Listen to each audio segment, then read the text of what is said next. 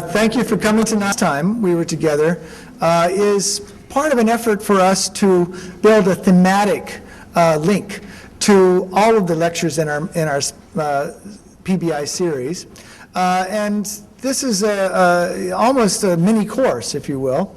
And if you're able to come to every one of the lectures, I think probably you will have learned more about Muslim Asia, and I think indeed Muslim societies in general, than most people anywhere. So please keep in mind that this is the second in our series. On November 15th, we will have the third lecture in our series. Ambassador Hassan Haqqani will be coming from Boston University, and we'll be talking more about South Asian Islam. And so please look for that, and we'll welcome you back at that time. There are also several other events that PBI is co-sponsoring, but this is part of the Muslim Asia lecture series. I just want to give a brief introduction to Professor Shamsul. He is one who has evolved from many life's experiences, and he keeps growing in terms of titles and interests and expanding, and I can't keep up with him. He just recently added a new title that I'll mention to you. If we were to address him appropriately, we would address him as Professor Dr. Shamsul Baharuddin. However, he is a dear friend of mine as well as PBI, so he prefers to be known as Shamsul, or Professor Shamsul. Now, he started out in his evolution studying economics and sociology at the University of Malaysia, but then moved on to comparative politics, and then moved on to Australia and reached a higher level of evolution by becoming an anthropologist and studying anthropology. As you know, I'm also an anthropologist. So, but after receiving his professorship and working at the National University of Malaysia in Kuala Lumpur, he was then further advanced to the title of Dato'. And Dato' in the Malay world is widely known as a royal title. There are only 9 states, it's a state title, 9 governors of 9 Malay states can confer this title, and it is roughly equivalent to a knighthood in England. And recently, last year, he was honored with an additional title of Datuk. And as I understand it, looking up on Wikipedia today about this title, there are only 200 living individuals in the Malay world that are allowed to have this title. And we are just very privileged to have Professor Dato' Shamsul here to present to us a very important lecture on a theoretical perspective that he has brought to the subject of the study of Muslim Asia, the Islam Embedded Thesis. Shamsul.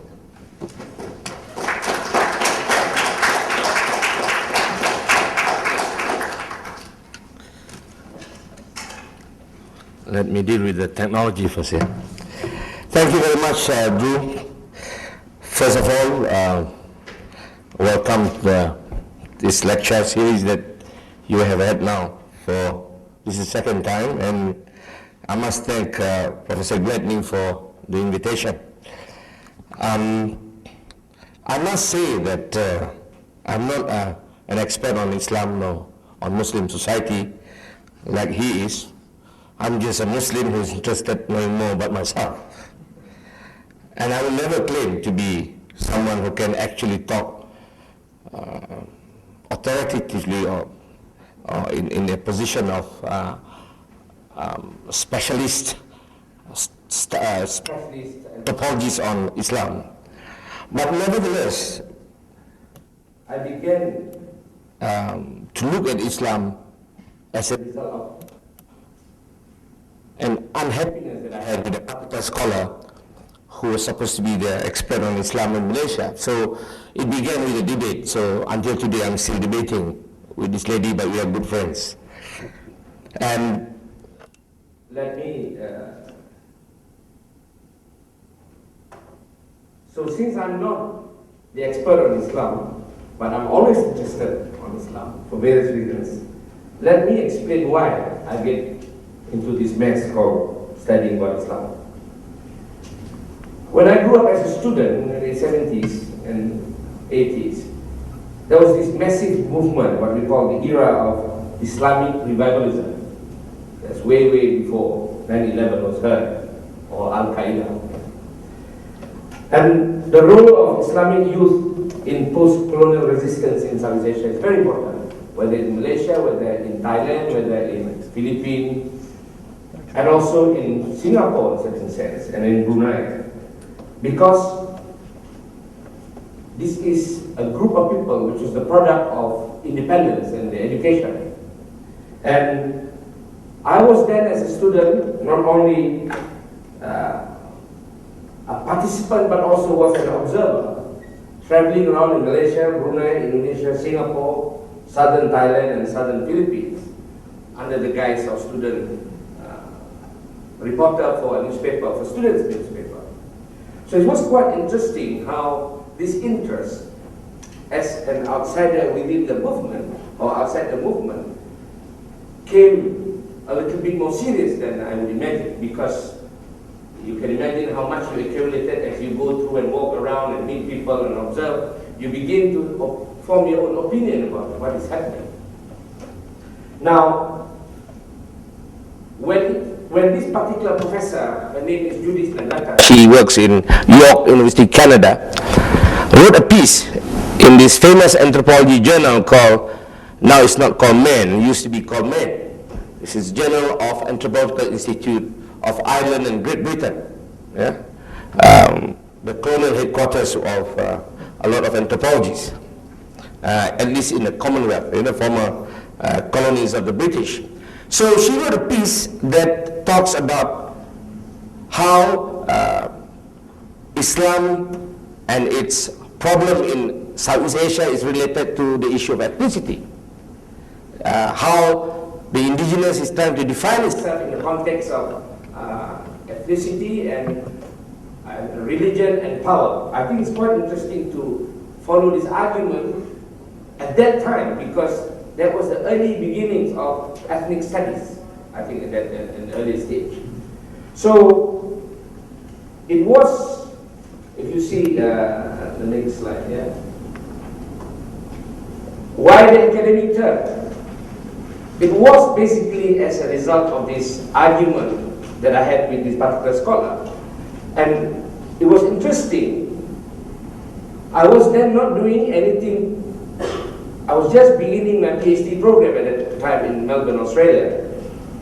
And I had one project which was about village politics and how people, nepotism, corruption, and the whole gamut of village politics, which is very much like the Indian anthropologists would do, because that's my model, because looking at India, seeing how colonial India affected or model itself, how the colonial Malay model in India. After all, the British East India Company was based in Calcutta and that ruled the whole South Asia.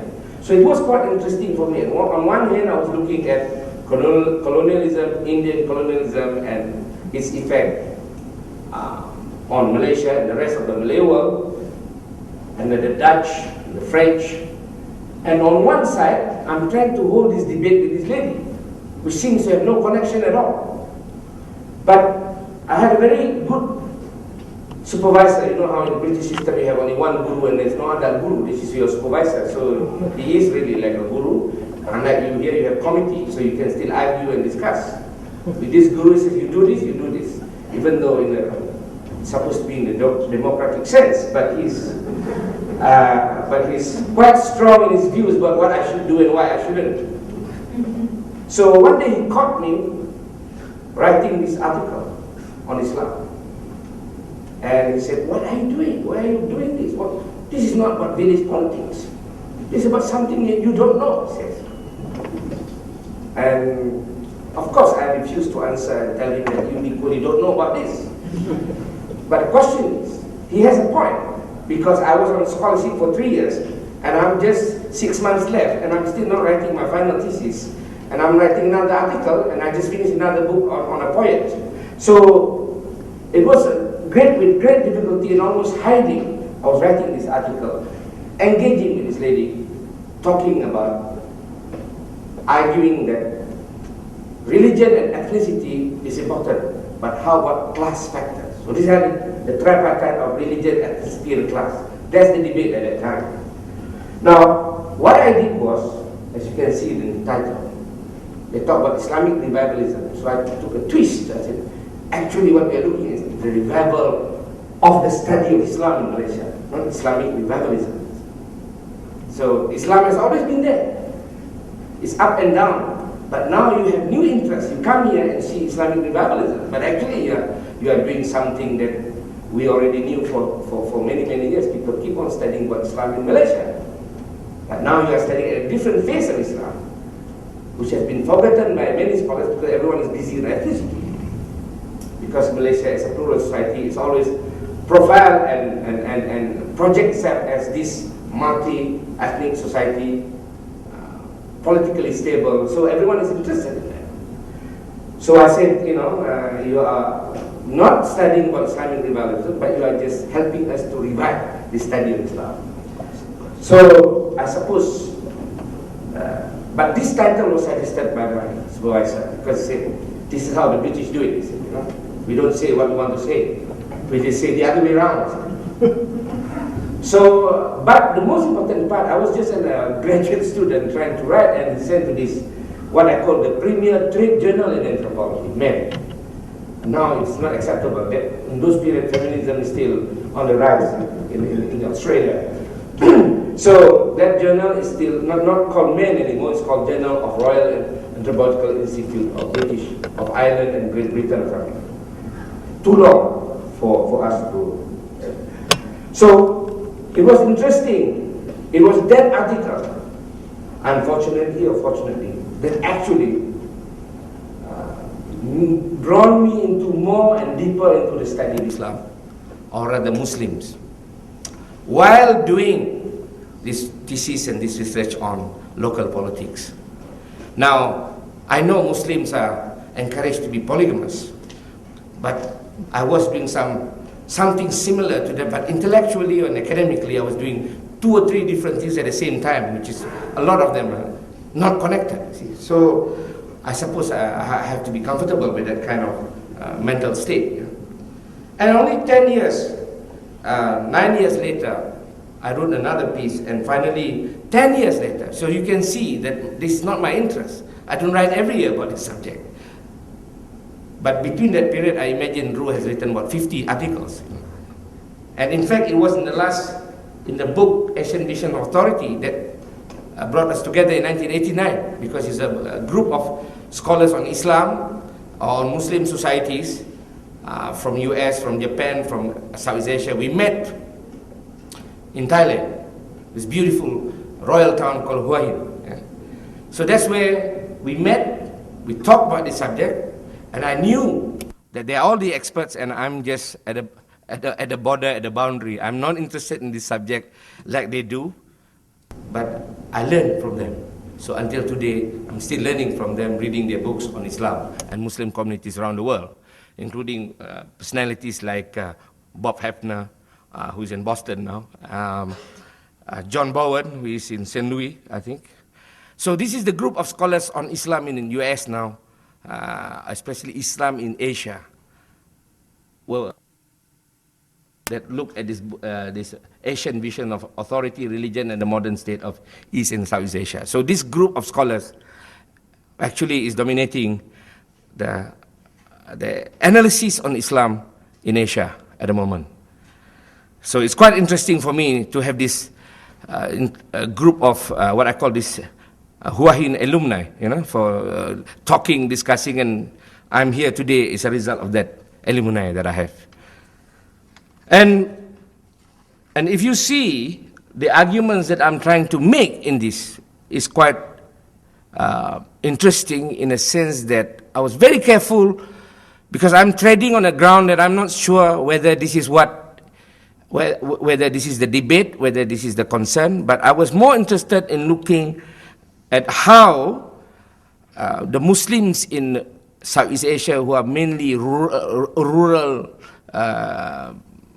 who mainly stay in the rural areas, and then the young ones go to the universities and colleges in the urban areas, and how this group of people have become the main the one who pushes this Islamic revivalism, and the one who created a new form of resistance to this post-colonial government.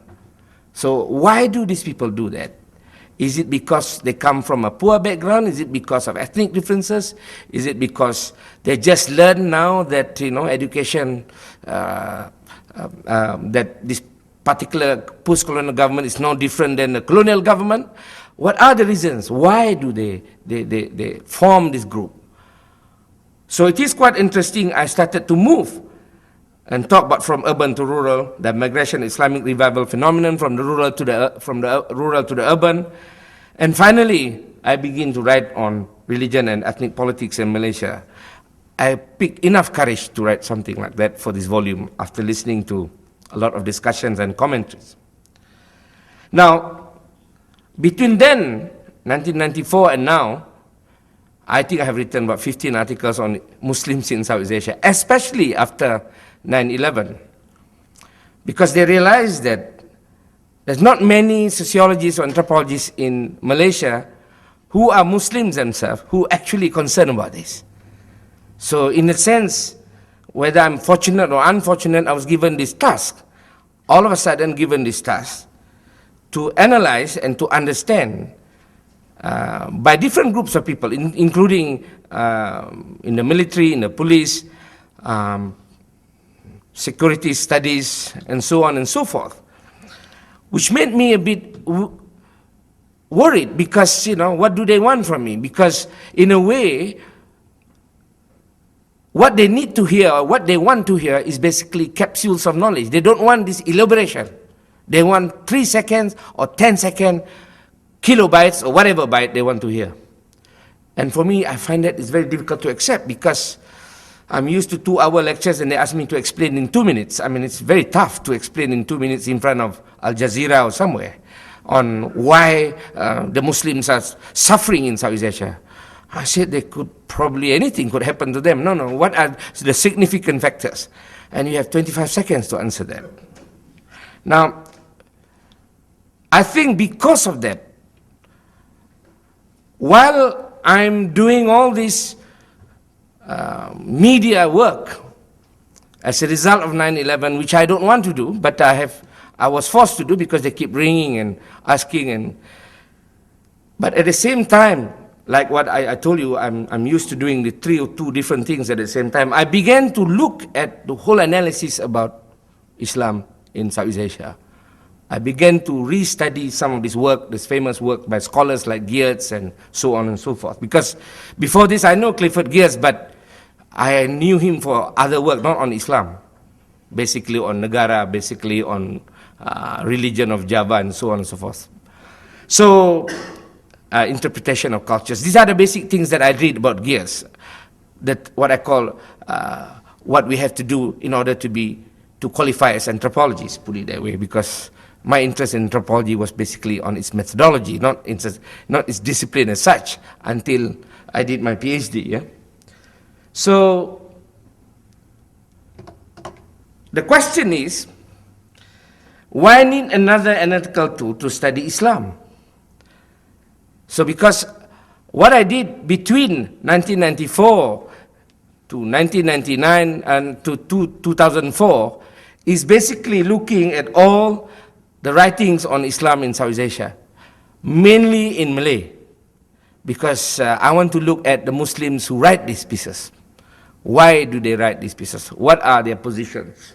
From where are they talking? Whose interests are they representing? I think that is the most important part. Not only the analysis given by someone who comes from the United States or from Australia, from Canada, or from other parts of Southeast Asia, but mainly the Malay-speaking population of Malaysia and Indonesia. And mind you, there are 250 million Malay speakers in Southeast Asia, and 90% of them are Muslim. And I would say, if Arabic is the language of Islam, I would like to claim Malay is the language of Muslims, because that's the single largest linguistic group of Muslim in the world. Not the Arabs, not the Chinese, the Malay-speaking Muslim of Southeast Asia. So it is quite interesting for me to begin when I look at this, and then I realize It's quite a huge number. So the question now is, how do you privilege this group and their opinion? What do they have to say about Islam? I think that was why I began to look on these writings. And as a result of that, I think one of the things that I did was to establish this database. It's called MalayCivilization.com. So if you look on the web, Malay Civilization, an American spelling with a Z, yeah? Not the British one, MalayCivilization.com, you will see we have a lot of articles. We have some 51,000 single text articles for you to, references for you to have a look at, and images and so on. Now, one of the clear picture that I get from reading all this material, I can't claim I have read all of them, but I would imagine I've gone through at least 2,000 to 3,000 of them over the last 10, 15 years. Just quickly going through what they have written, because some of them are very repetitious and some of them are sort of, you know how they refer to the same thing again and again, so you begin to see the pattern. Yeah? And it was quite interesting. The argument at that time was this ethnicity religion nexus, the ruling conceptual paradigm. So you have the ruling elite, you have the ruling ideas, the ruling conceptual paradigm. So in the 70s and 80s.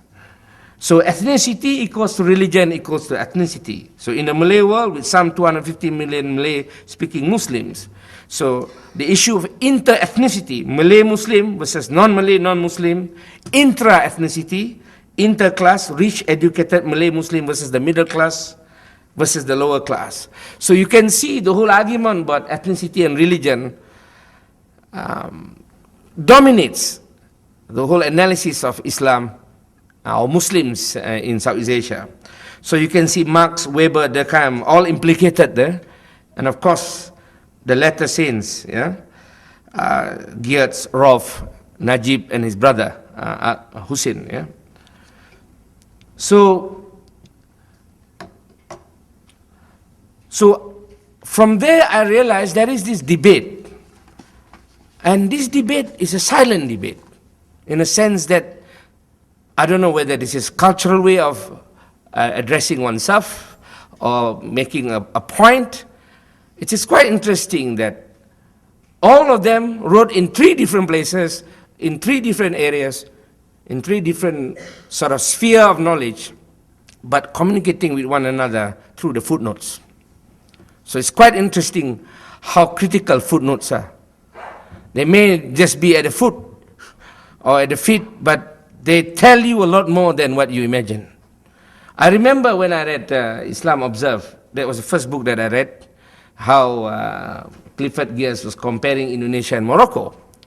And it's quite interesting how he's concerned, like, you know, all his famous work is about cultural practices, about what we see, about the ontology of Islam. And few years later, or rather 15 years later, in a journal in France, Archipel, William Roth, a historian, worked in Colombia for 20 years. Yeah, I was teaching at Columbia, had this massive Islamic project financed by Ford Foundation, if I'm not mistaken, was writing this oblique and indirect critique of Geertz. Because you must remember, Geertz was in Princeton, he was in Columbia. So I don't know what's the difference between these two, but the way he writes, I realize he has to tread a very careful ground. Yeah. So, and he was saying that, well, cultural practices of Islam is important, but the real thing that you have to watch in Asia, in Southeast Asia, is the political role of Islam. How it empowers the nation, the state, the rulers, the elites. And if you don't look Islam as a form of the political basis of Islam in Southeast Asia, you will miss the point, he says. So don't try to emphasize too much about the cultural practices, because you are obscuring Islam, obscuring its role. So he was actually criticizing Geertz, but he didn't say that very clearly. He was just saying that don't try to obscure the political role of Islam. And I think this is the first early warning about political Islam that could become something, and now we know what it is in a sense. But the interesting part was how he criticizes this attempt to overly to explain the cultural aspect of Islam may not really address the heart of what Islam is trying to propagate.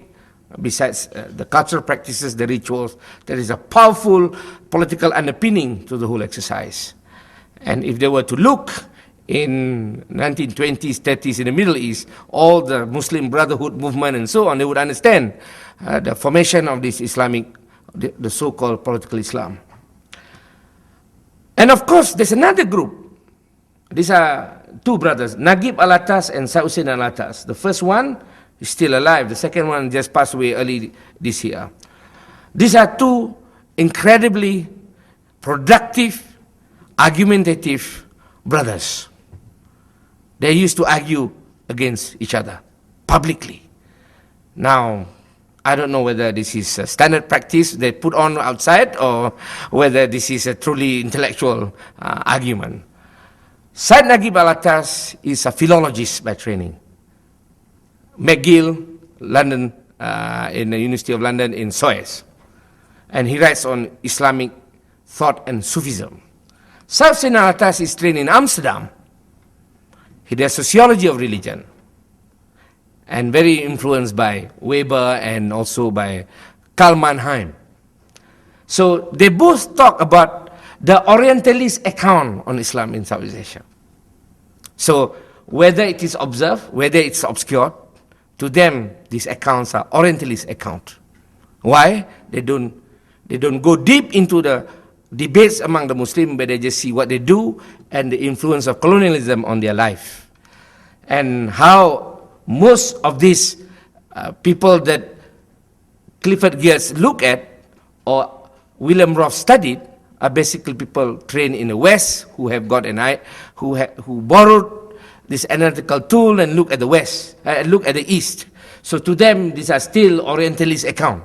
So what they tried to do was to develop using manuscripts and philosophies and rationalities from what he called Islamic philosophies to see the tradition of Southeast Asian Islam as the core of intellectual tradition in the Malay world.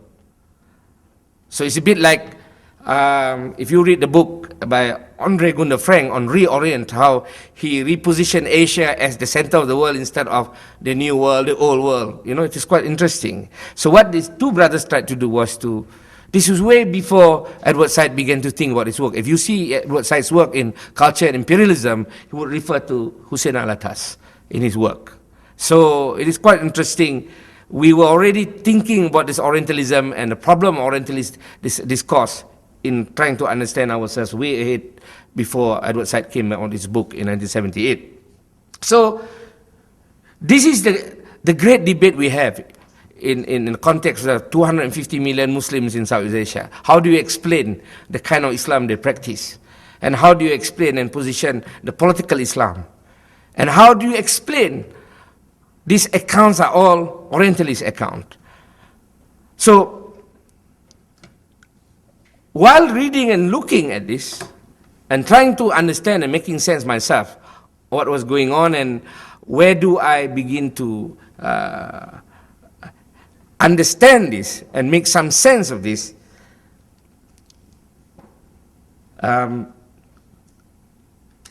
is to offer another idea. Because my argument is that whether it's Islam observed, Islam obscured, Islam orientalized, it has to begin with the form of Islam in Southeast Asia. And that form of Islam is not the same as the one that we know in Saudi or in China or in India. It is Islam that has become part and parcel of what we are, has been absorbed by the Muslims or by the people of Southeast Asia, who were Hindus, who were Buddhists, who were all sorts of religious background before that. So I was, at the same time, as you know, as Drew mentioned, I'm interested in political economy. I was doing all sorts of things, and I was doing a lot of things on IT and applied sciences, just out of curiosity and interest. And there was this big debate in sociology and also in natural science and applied science about embeddedness and social embeddedness. This is quite interesting. If you go on the web, you will find all this, how people in computer design and program designers who are thinking about how do you socially embed the system and the design. It is quite interesting for me to realize that this embeddedness is quite a deep, there's a deep and broad discussion on the subject. And the main epistemological motivation in both is to find a middle ground between the two extreme positions in the knowledge construction within society. One is the under-socialized of the natural and applied sciences. Under-socialized meaning simply that there's not many people involved, there's not much society involved. They don't talk about those. They just talk about little things that you can change, whether it is AI, artificial intelligence, and so on. They're just talking about that. There's no people. Or the over-socialized social sciences, which talk about behavior all the time. So what the embedded theorists within the social science and mainly economics and sociology, and also in the natural science, biology and physics and applied science, engineering, ICT studies, and medicine, is to find a middle ground between the two extremes. So the middle ground is called embedded theory. So this is the interesting part. But then I realized this is not exactly what I'm interested in or not what I'm looking for. And what I understand as embeddedness in this context, epistemologically, is quite different from what this debate, because I was trying to look, I was not happy with the term hybridization, I was not happy with syncretism, which assume there is a pure, something pure. So now it's hybridized. Something pure now is syncretized.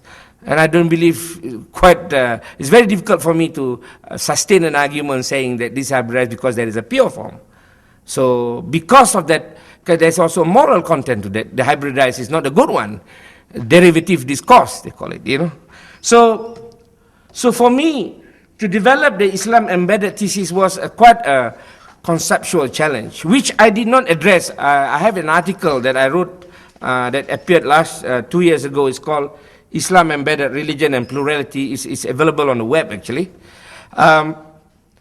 In that article, I did not discuss the origin of this concept, Islam Embedded, and the theory, because they said we prefer the empirical evidence more than just the theoretical discussion.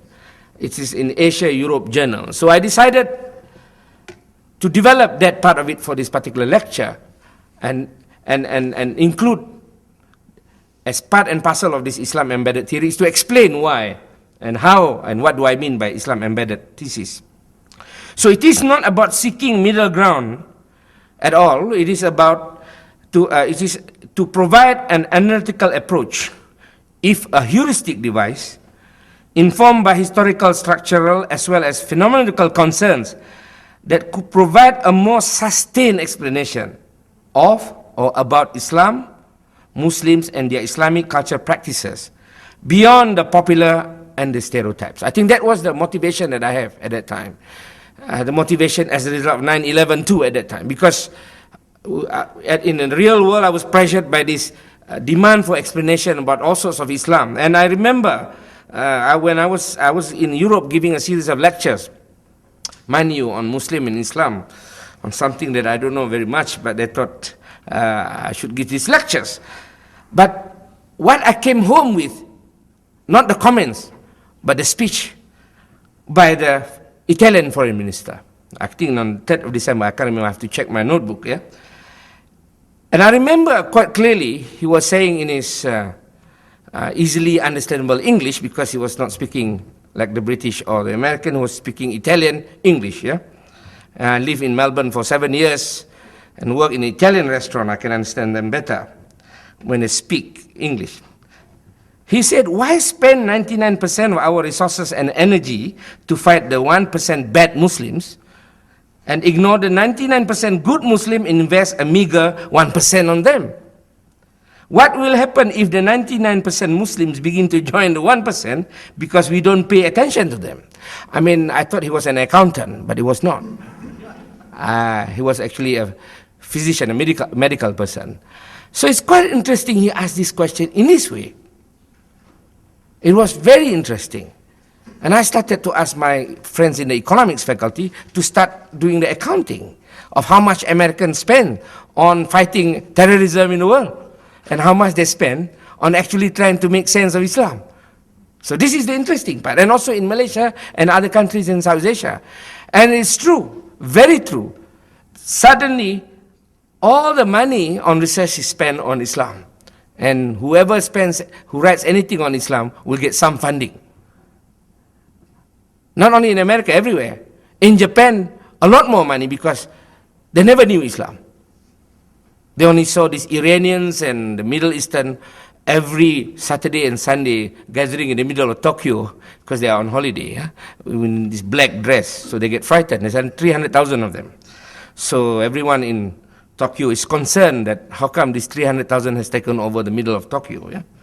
So it is quite interesting for me to see and to begin to think, how do you explain this 99%?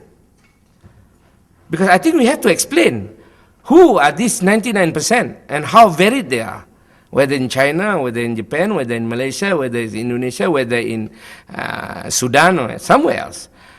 And that was why I have to begin to develop this Islam embedded thesis, because to explain, if I were to be asked by someone to explain in 5 or 10 minutes, that's too long for a TV show or for a radio interview though, how do you explain these differences between, because they like to homogenize Islam. That's the standard approach in the media. And Islam and the West, that's the debate that the thing that is going on. So, how do you do 3 things? Number 1, how do you tell the one who is interviewing you that is not the question? You have to ask this question. So we have always 5 minutes warm up, and I said, this is not the question. I write you the question you should ask, so that I can answer what I want you to know, not what you want to know according to your editor's questions. I said, because this editor definitely was studying Iran, because we don't have those things in Malaysia. Mullah, we don't have mullah in Malaysia.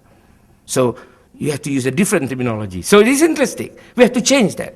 So, and for me, that is the result of trying to look at this from the embedded thesis perspective.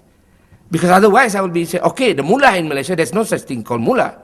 Probably there's ustaz, there's ulama, but there's no mullah. So culturally it's quite a different thing, mullah and ulama, and one is Shia and one is Shafi'i. So there are 2 different things altogether in the real practice. So this is the result of that, and the need to see the embeddedness of Islam rather than just simply another terminology for the next news. Yeah. So it is quite interesting to look at how do I begin to explain this embeddedness. While many people agreed that perhaps this is the way to allow us and a more reasoned explanation about the differences among Muslims and the different practices of Islam, and how in China and in Malaysia they're quite different, and among the Muslims who are Indian and Muslims who are Chinese and Muslims who are Malays, they have different practices, and people never knew that they come from the different mazhab or different school, Hanafi, Hanbali. This creates another kind of differences. So it is interesting for me to almost to drag this, and some of these reporters, mind you, if they come from the Economist, the magazine Economist, they are the Oxford or Cambridge graduate, only they told me later, and then you realize that they come with this monolithic picture of Islam. I said, this is not Cold War. I said, no, Cold War is over. You don't have to have that monolithic picture unless you have a target that you want to shoot. I said, they all look the same from the top. I said, So it is interesting for me to look, how do I develop? See, this is why I think the Islam embedded thesis is useful in some sense, not only about Islam, but also looking at the way religion has been, the spread of religion of various kinds, whether Islam or whether Christianity or Judaism or whatever. And I begin to develop and argue, of course this is through argument with a lot of friends and colleagues like Drew and everyone else. So we argue this, reading their material. And when we do this, and of course the anthropological account about the spread of religion, and whether locally or globally, deals with three major pillars. I mean, the Dutch like to use pillars because every Dutch house has got a pillar hidden underneath. You don't see because they are all below sea level, see. So pillars of pillarization of society, that's the Dutch terminology about society. So pillars here is number one, when you talk about any form of religion and how it gets embedded in any community, you're looking at the issue of cosmology and spirituality. I think that's the basic thing that you look at. The heart of the faith and the belief system and its evolution. And then second, we are looking at the intellectual tradition, the interpretation and the discourse, the ruling ideas, the authority defined versus everyday defined, the consensus, the contestation, the knowledge production. So, you know, the different Sufi groups have different idea, and different mazhab or different groups in Islam, the four schools have different ways of interpreting some of the little things that we do as Muslims. So it is interesting for me. Intellectual tradition is one of the key features of looking at this embedded thesis. And finally, the impact on social order, the social mold, the socio-historical context, the social stratification, governance, the economy, local and global continuum. I think these are the three areas or three parts of that mold, that analytical conceptual mold, in which Islam embedded thesis sort of based itself. So if you walk around, you just need to remember these three: cosmology, spirituality, intellectual tradition, and social order. Then you begin to see and analyze in your head, looking at now this Korean tradition here. Do they practice this Christianity? Why is it different from that Christianity that I know?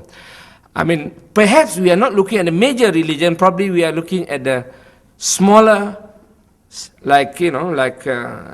smaller groups of practitioners of particular religion. I think that's the interesting part. Like, for example, there is Pentecostal Christianity, that we have movement in Malaysia, the new religious movement in Japan. So it's quite interesting to see how this group actually develop its own and get embedded. And this is the argument also I have with people in the Institute of Studies on Terrorism in Singapore, because there are so many experts on Al-Qaeda there. So I said, I don't want to give a seminar here. Why? Because I'm afraid Al-Qaeda has identified you as a very dangerous group. I said, trying to analyze them. And they probably they are not happy that we are doing this. So can we have a seminar somewhere else? I said, So we don't know. I said, so it's not safe here. So the interesting part that I have, the argument I have with them is, when we look at Al-Qaeda, if you don't see how it gets embedded into different communities, because that is the general opinion that Al-Qaeda operates on the basis of weapon of the week. If you remember reading this book by James Scott, it's called Weapons of the Week. How this little group work out in little small 3 or 4 or 10 and keep moving, mobile, transnational and so on, but they still have to embed themselves. Whether they are small or big, particularly if they are small, because you say that they can hide among the community. To be hidden among the community is to be embedded in the community, I said. So if you keep on thinking these little groups of Al-Qaedas all over the place, and it is noticeable, you're wrong, I said. Because they have now been camouflaged by being embedded in that particular community. So you will see them among the scientists as scientists, because all of them are science graduates who are doing this. We make a study in Malaysia to show that those who turn and become fundamentalists are all science graduates and very few art students. And now I understand why, because art students always hesitate to answer a question. What do you think of this? So we never, but the scientists are this is the thing, they are very sure. So it's quite interesting how positivistic mental framework actually is a fertile ground for some kind of fundamentalism. This is also the study about Hindu and Sinhalese in Sri Lanka, and the Christian in Europe done by another colleague. We were trying to compare science and revolution, how scientists actually create this revolution. Yasser Arafat is an engineer, and many others who are famous leaders. And the number one terrorist in Indonesia who was killed, a Malaysian nuclear scientist. So it's quite interesting, and I get more frightened nowadays looking at the scientists, because these are all candidates of whatever form they are going to do. Yeah? So it is interesting for me to look at the issue of cosmology and spirituality, intellectual tradition, social order. Now, if we look in a Southeast Asian context, I'm going to run through quickly, because now is the empirical part, which if you have the opportunity to read in a little bit more detail based on the article that is could be made available to you. What we look in the context of Southeast Asia, you see, the cosmology and spirituality. So we can see the movement from polytheism to monotheism. Indigenous belief, Hinduism, Buddhism, Islamic Tawhid, pristine versus embedded Islam. So you could see this movement of the faith. So you could see in one person or in one family, because my great-grandfather runs a pondok, religious school. So you can see the transformation of the belief system of the faith within the family. And interestingly, in Indonesia, for example, you can see a lot members in the same family, probably in the Javanese society more than anywhere else, a Christian marrying a Muslim marrying a Buddhist, Buddhist marrying a Hindu. So all within the family. So it's quite interesting to see this plurality in a family. Need not be in an evolutionary sense, but also in a multilinear sense. Yeah. So it is interesting how polytheism to monotheism sits together in the form of personalized form in that family and marriage form. So how do you explain this? I mean, so when we look at, this is where we were talking today, Drew and I, how do we measure this? How could we measure this embeddedness from the thick to the thin, if you want to use Clifford Geer's, thick description, you know? So how do we move from there? How do we look at this? When is it fiercely thick, embedded situation, and when there is this thin, thick and thin, that's the best we can do, yeah? So how do we begin to explain this? So it is quite interesting for me to see the intellectual tradition too, in the context of Islam. From the heterogeneous, indigenous, and Sanskritic scriptures, Hinduism and Buddhism, to the homogeneous Arabic-based Jawi scripts. From Jawi-based theology-based education to Romanized scientific modern education. These are all interesting things. I grew up in the morning or in the afternoon, two school system. In the morning we go to the government school, the English school, and in the evening, in the afternoon after 2 we go to the religious school. So you live in these two worlds every day, and you don't even know that you are living the other. So when people talk about who is the other is in myself, I said, because I'm at one moment in the morning here, the other moment in the morning there, in the afternoon, I said. So simultaneous others, I said, so this concept may need to be explored. Simultaneous others operating within oneself. So it is quite interesting for me to see how the intellectual tradition itself allows this breadth of possibility of practices, and where the embeddedness is, as the key to the embeddedness is this breadth of intellectual tradition. The ability to learn simultaneously different form of knowledge based on different scripts. One is Romanized, the other was in Arabic. So I can see on Professor Gladney's wall, all these Arabic letters which I can read immediately. I may not understand, but I can read all of them, because we were taught how to read them, but not how to understand them. Yeah? So it is quite interesting growing up with these two traditions. And of course, in the real cultural practices, the informal part, there are many little rituals that we have to do which has nothing to do with Islam. Probably some people now think that it's against Islam that we do. Like, when we have wedding, we always have this this symbol of fertility in the Hinduism, and also and we behave and we act like Raja and Rani. So it's interesting how this symbolism of Hinduism is still there, rooted in the way in our cultural practices, but laced over it by Islamic rules and regulation. And finally, the part that we look in Southeast Asia, the social order, there is a term, a very famous term used in the Malay world. It's called kerajaan. Raja is a Sanskrit word. It's never an Arabic word. Sultan, perhaps. But so that means before even Islam, there's this already this Raja-centric governance throughout the indigenous Hinduism, Buddhism, and Islamic era, based on absolutist feudalism in some sense. So it is quite interesting how you see the stratification of society, and even until today, the royal family in Malaysia, which, gives all these datuks or whatever they have. It's quite interesting. I will explain that their existence structurally is a Hindu structure with an Islamic content. Because you know that Brahmin is usually the group of people who advise the ruler, the all-important ruler who is son of God in that sense. But now the Hindus are gone. So we have ulama to replace the Hindu. So when you see the system, the royal family system in Malaysia, you will see is the same structure they have it during the Hindu period. Except that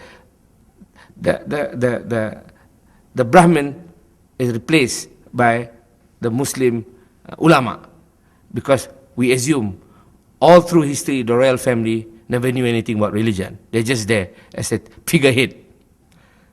And until today they are still the figurehead. Yeah. So, but then the colonialism and the idea of the modern nation state, state and church separation of powers, the introduction of constitution brings another form and redefinition of Islam and how they get located differently in the whole social order. So this is the interesting part that continuously transforms Islam. And the question is, I have many opportunities to meet and talk to Tariq Ramadan, who was supposed to come to the US but was denied visa because his grandfather Hassan al-Banna was the founding member of the Islamic Brotherhood. So, one of the explanations. It is quite interesting when I first read his book, To Be a European Muslim. The original one was in French, and then it translated when he was in England. And he's just struck. I was working on my embedded thesis at that time, and I was reading his book, and I met him. He came to Malaysia a couple of times, and I went to see him. It was interesting that if you read his book, To Be a European Muslim, it was interesting when he said that. He didn't say about Islam embedded thesis, but he was saying was we need this to embed Islam in Europe.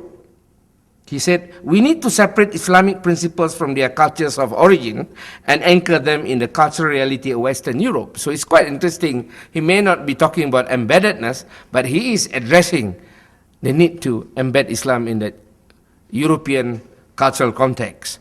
And probably in the Occident, not only in Europe, but in America and elsewhere too. But it's interesting how he is propagating this. He published another 4 or 5 books after that, explaining some of these ideas.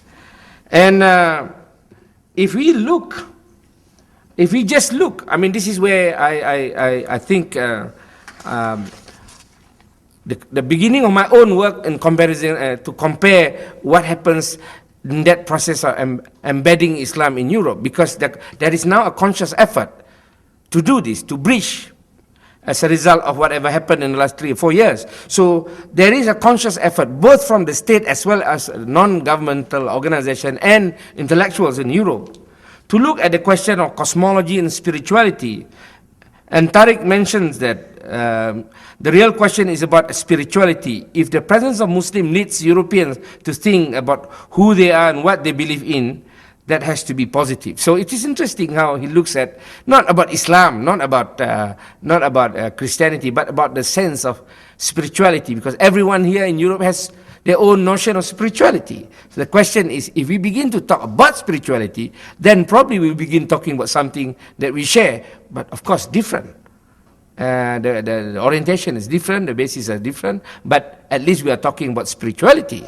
So, and he was also talking about intellectual tradition. It's time to abandon the dichotomy in Muslim thought that has defined Islam in opposition to the West. I think this is the whole Occidentalism and Orientalism is all about. Yeah, I can incorporate everything that's not opposed to my religion into my identity, and that's a revolution. So he knows that it's not easy. It's not easy to accept and to immediately embrace the different intellectual tradition if you come from another one, but where do you meet in the middle? So it is interesting in the second and third book about Islam and future in the West and so on. He was explaining what are the programs or the social action activities that can be carried out and conducted. So there's a lot of hope Of course, he has a lot of critic too. But the question now is, this type of voice we never heard before among the Muslims intellectuals, especially thinking as a European Muslim or probably an African Muslim, I don't know. But these are interesting ideas that he proposed. And when you see him explaining about social order, I'm a European who has grown up here. I don't deny my Muslim roots, but I don't vilify Europe either. So it is quite interesting. These are powerful statements from him to inform the Muslim population. How much is this acceptable is another issue. But the question is, there are important individuals thinking and arguing with, quote unquote, with the secular state, whether in France or whether in Britain, whether in the Nordic countries. These ideas, these arguments are there. And I think this is the interesting part, which is because what underlines this whole argument is the willingness of the Muslim groups or the thinking in the Muslim group that we have to embed our religion here. We can't just go back to Saudi or to Africa, to North Africa, and try to practice Islam as it was practiced there. In Europe, it's a different context, different situation. And I believe so in the US too, in a sense. The thinking is, how do we embed this religion here? And how do we live it here? I think that is, but then again, of course, there are groups of people who believe that it should be in a pristine Islamic context. So then comes all the debates among the Muslims, who refuse to embed Islam anywhere, who thought that Islam is in suspended animation, so it's always there, up there. It's like that, So I said, no, they have to be rooted somewhere. An aeroplane has to land somewhere, even though some pilots learn how to fly, but not to land, So, but Islam doesn't operate like that. It has to operate on the ground. Yeah. So, as a conclusion, what am I trying to do with this Islam embedded thesis? As I told you, I'm not an expert on Islam, nor Muslims, but I'm interested in this subject, and I'm willing to read, I'm willing to learn, I'm willing to know a little bit more, and also listen a lot more. As an academician and as a believer, we are always caught, or the struggle is between providing academic analysis and, in some sense, trying to address issues of public advocacy. I think this is what, we can't avoid that. We can't avoid, and particularly probably, even in America too, in US and also in Malaysia, if we remember C. Wright Mills' industrial military bureaucracy complex, this theory that he has, Power Elite, in his book in 1956. So you can see the association, academics, and everyone else outside the academic world, with the academics wear many hats. Yeah, one day expert advisor, the other day expert lecturer, the other day he is whatever. So these multiple roles, I think, that academicians play. And now, of course, academician appears on TV, on radio, has special programs, do video of their own, and so on and so forth. I think we have to address this Islam embedded thesis that came to my mind that I'm working at now, is addressing to this issue between academic analysis and public advocacy. Of course, academic analysis agenda is informed trying to explain Islam and Muslim society beyond popular stereotypes and the media hypes. I think that's what basically I'm trying to do. I'm trying to stop breathing for a while and say, oh, well, now, can I see it this way, in a nice way, not in an aggressive way, to this particular reporter, for example, who comes and see me, or to a particular student who interviews me about how bad is the fundamentalism in Malaysia now. I said, well, it's not as bad as the weather. I said, so we have haze here. I said, but this Muslim, they have no haze. They are very clear in their mind what they want to do. I said, so I think it's not bad. I said, but the impact may be bad. And of course, the public advocacy agenda. How do you embed an agenda in the embedded thesis? Humanist pacifist concern, I think. We have for 12 years in Malaysia, we have our own version of terrorism. It's called the insurgency during the Cold War period, where the Communist Party, which was banned, was doing a war with the government troops.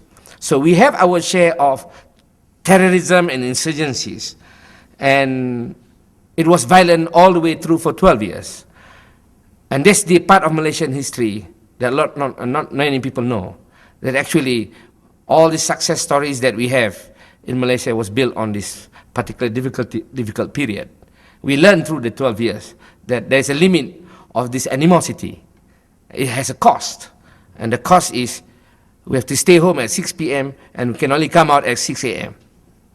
And I don't think the young ones, the young and active students would like to stay at home after 6 p.m. and go out only 6 a.m. in the morning.